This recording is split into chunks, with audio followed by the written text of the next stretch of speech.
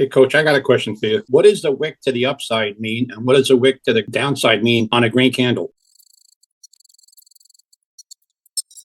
Okay, well, just remember if it's green, it just means it closed out more buyers than sellers. If it closes out red, it just means more sellers than buyers at the end. That's all it means. Where it started and where it stopped was either green to above it or red to below it. So the green candle with the wick above it means buyers have not filled their order? No, all it means is wherever it opened, it pushed up higher than it was, and then it just breathed back. So you had sellers come in at the very end, but there's still more buyers than sellers on that candle. So the sellers are the red. If it's a red candle, it means it closed lower than where it started. That's all it means. Sellers are the wick of the green candle. Correct. It just means it got pushed down right by the sellers. That's all. Got it. Yep. So Right. the color is basically telling you what it did, Correct. not what it's going to do. That is correct. Which sometimes can be an indication of where it's going to go, but that's where you start looking at like engulfing candles. And was there 3 in a row, right? Three Right. soldiers, 3 crows, meaning up or down. Like you start to look at what is it doing? Why did it do? You know, the doji or a morning star, right? It'll kind of give you a little bit of why and what. Coach, I got a quick question. Yes, go ahead. When you're scalping, do you usually enter at the market and also sell at the market? That's a great question. So if I'm doing options, I will use the turbo trader and it'll have that offset. If I'm doing futures, I don't have a problem with market. If I'm doing options, I always buy and sell at limit. The only time I ever sell at market is if it's bleeding out, I can't get out of it. The limit keeps failing. I can't, like it's not working. Then and only then will I take a bigger L by selling at market. But I always buy limit and I always sell limit using the offset with the turbo trader. May I ask what's the offset that you have in